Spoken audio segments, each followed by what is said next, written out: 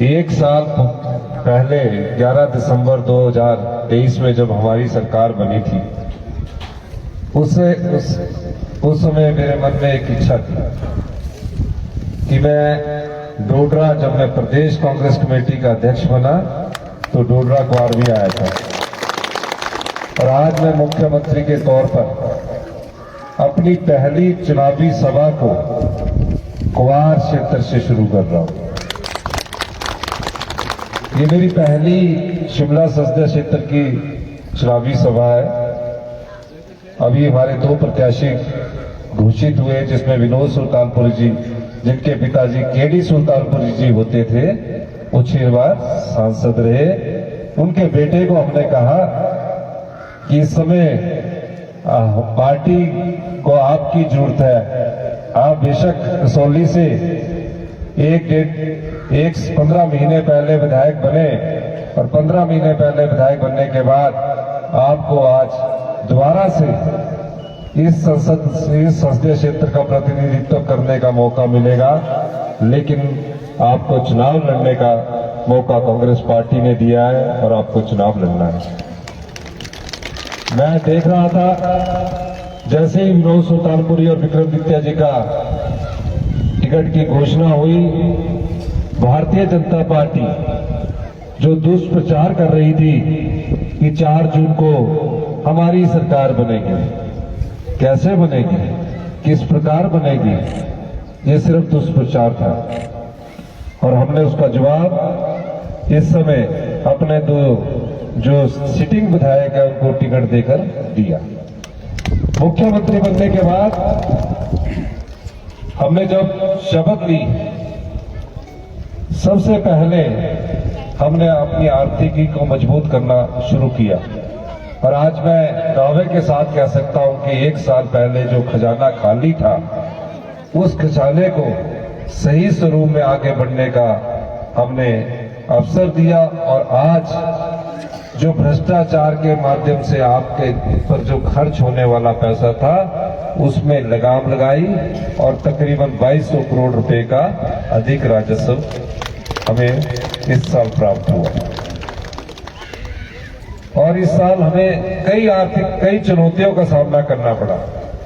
पहली चुनौती आर्थिक रूप में थी, लेकिन इतिहास की सबसे बड़ी त्रासदी इस प्रदेश ने झेली। पिछले वर्ष इतनी अत्यधिक बारिश हुई, हर जगह तबाही का आलम था पूरे प्रदेश में। ये नहीं, डोडरा क्वार में भी नुकसान हुआ, नूरपुर में भी नुकसान हुआ, कुल्लू में अत्यधिक नुकसान हुआ, शिमला जिला की सभी सड़कों को नुकसान हुआ, लेकिन हमने हिम्मत नहीं हारी।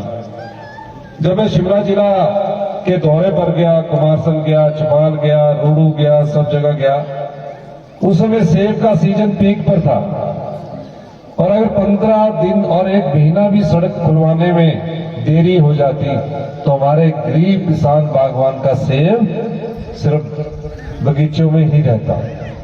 लेकिन हमने युद्ध स्तर पर कार्य किया, और युद्ध स्तर पर कार्य करते करते एक भी बागवान का सेब सड़क के क्षतिग्रस्त होने के बावजूद भी युद्ध स्तर पर कार्य करने के बाद वो मंडियों तक पहुंचाया। ये हमारी सरकार की कमिटमेंट थी। धीरे धीरे हम आगे बढ़ रहे थे, और आगे बढ़ने के बाद हमने पाया कि जो कुछ सेब को नुकसान हुआ है, ओलावृष्टि के कारण नुकसान हुआ है, और हमने सेब के ऐतिहासिक मूल्य में, पहले आपका जो स्पोर्ट प्राइस था उसमें 50 पैसे की वृद्धि होती थी, मैंने 1.5 रुपए की ऐतिहासिक वृद्धि की। फिर हमने देखा कि हमें कुछ फैसले आम लोगों के हित में लेने पड़ेंगे, और हमने हिंदुस्तान की एक पहली योजना लाई जहां अनाथ बच्चों को पढ़ाने का खर्च, हम बड़े खुश हुए कि बजट में हमारे सामने बैठेंगे। 28 फरवरी को जब आए, 1 हेलीकॉप्टर आया, दूसरा हेलीकॉप्टर आया, और उनके साथ सीआरपीएफ के जवान आए। विधानसभा का गेट तक तोड़ डाला उन्होंने, विधानसभा का गेट तक तोड़ डाला। इस स्पीड में आए और वो अंदर विधानसभा के गलियारे में पहुंच गए। हमें कोई चिंता नहीं थी। हमने सोचा कि ये बजट पास करने में कांग्रेस के विधायक है राज्यसभा में, इनको व्हिप नहीं जारी होता तो ये वोट डालेंगे। अंदर करे विधानसभा के परिसर में आए, साइन किए, क्योंकि साइन करने के बाद उनकी अटेंडेंस लगती है और अटेंडेंस के बाद उन्हें जो डेली होती है वो मिलती है। फिर बजट की बात आई, हमने बजट प्रस्तुत किया। हमने अनुरोध किया, हमारे साथी विधायकों ने कहा कि अगर कोई बात है तो बातचीत से हम समस्याओं का समाधान कर सकते हैं, लेकिन वो बजट में नहीं बैठे। पता लगा कि हेलीकॉप्टर से वो सीधे फिर पंचकुला चले गए हरियाणा गवर्नमेंट के, और उन्होंने बजट में कोई सहयोग नहीं दिया। और हमारा बजट पास हुआ, वो सब भगवान का आशीर्वाद था, देवी देवताओं का आशीर्वाद था। उस बजट में क्या था? उस बजट में जो बुजुर्ग बैठे हैं 70 साल से ऊपर के, उन बुजुर्गों को फ्री मेडिकल सुविधा हिमाचल प्रदेश की सरकार देगी। ये मेरे दूसरे बजट में मैंने प्रस्तुत किया। जो मनरेगा की दिहाड़ी, आज मनरेगा में जो महिलाएं काम करती है, पता नहीं यहाँ काम करते कि नहीं करते? करते हैं। तो मनरेगा की दिहाड़ी जो 240 रुपए थी, उसको 1 अप्रैल 2024 से 300 रुपए कर दिया गया। जो किसान गाय पालता है या भैंस पालता है, उसका दूध भी बिक जाता है, कभी 30 रुपए, कभी 32 रुपए। हमारी सरकार ने फैसला किया कि गाय का दूध या भैंस का दूध 45 रुपए किलो के हिसाब से गाय का दूध सरकार खरीदेगी और 55 रुपए के हिसाब से भैंस का दूध सरकार खरीदेगी। फिर जो उसके गोबर से खेती करेगा, यूरिया नहीं डालेगा, उससे 40 रुपए किलो गेहूं खरीदेगी और 30 रुपए किलो मक्की खरीदेगी। क्योंकि हम चाहते हैं कि हिमाचल प्रदेश की ग्रामीण अर्थव्यवस्था मजबूत हो, गांव के लोगों के हाथ में पैसा पहुंचे, और इस दृष्टि से हमारी सरकार ने काम किया। 4% डीए की किस्त थी, हमने डीए की किस्त भी दी। और उसके बाद 28 के बजट के बाद जब मैंने फिर अधिकारियों की बैठक ली, उस समय मुझे पता लगा कि अभी हमारे पास 800 करोड़ रुपया और बचा हुआ है। ये बचना नहीं था अगर हमारी सरकार ना आती।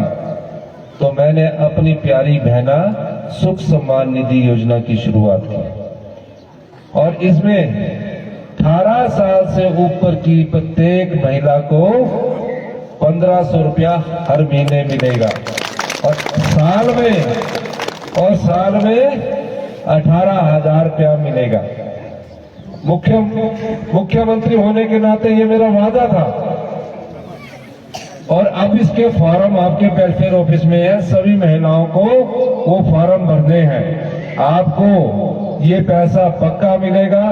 और जो भारतीय जनता पार्टी के जयराम ठाकुर जी थे, वो चुनाव योग चले गए, और चुनाव योग जाने के बाद उन्होंने कहा इस योजना को बंद करो। अरे भाई, क्यों बंद करो? ये तो हमारी बहनों का अधिकार है। ये पैसा हमने भ्रष्टाचार के चोर दरवाजे, जो 5 साल में आपकी सरकार में भ्रष्टाचार हुआ, उन चोर दरवाजों को बंद करके हमने ये पैसा कमाया है।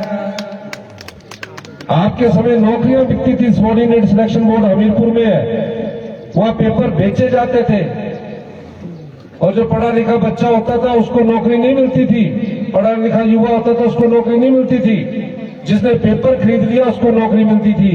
मैंने उस भ्रष्टाचार के चोर दरवाजे को भी बंद किया और सबॉर्डिनेट सिलेक्शन बोर्ड को बंद किया कि इस तरह हम युवाओं के भविष्य से खिलवाड़ नहीं कर सकते। और अब उस राज्य चयन आयोग में द्वारा से इंटरव्यू हो रहे हैं, बिल्कुल पारदर्शिता तरीके से हो रहे हैं। तो जयराम ठाकुर जी, चुनाव योग है कि 1500 रुपये नहीं मिलने चाहिए हिमाचल की महिलाओं को। अब वो बात बताओ, आप क्यों नहीं मिलने चाहिए?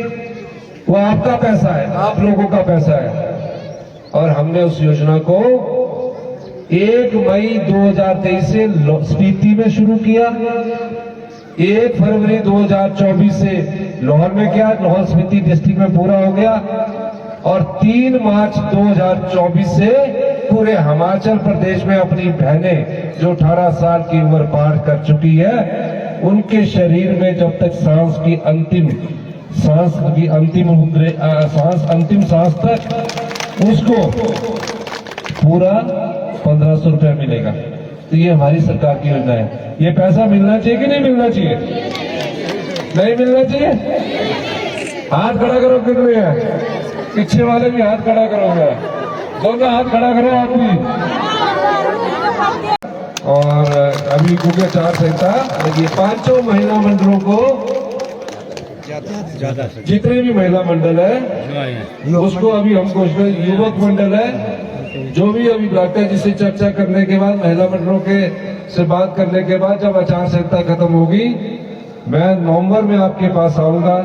उससे पहले आपको महिला मंडलों को जून की आचार संहिता करने से खत्म होने से बाद आपको पैसा मिल जाएगा।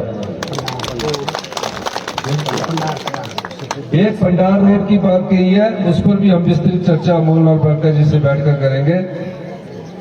इन्हीं शब्दों के साथ एक बार फिर मैं ये कहना चाहता हूं कि आपने सब लोगों ने अधिक से अधिक वोट हाथ के निशान पर लगाने।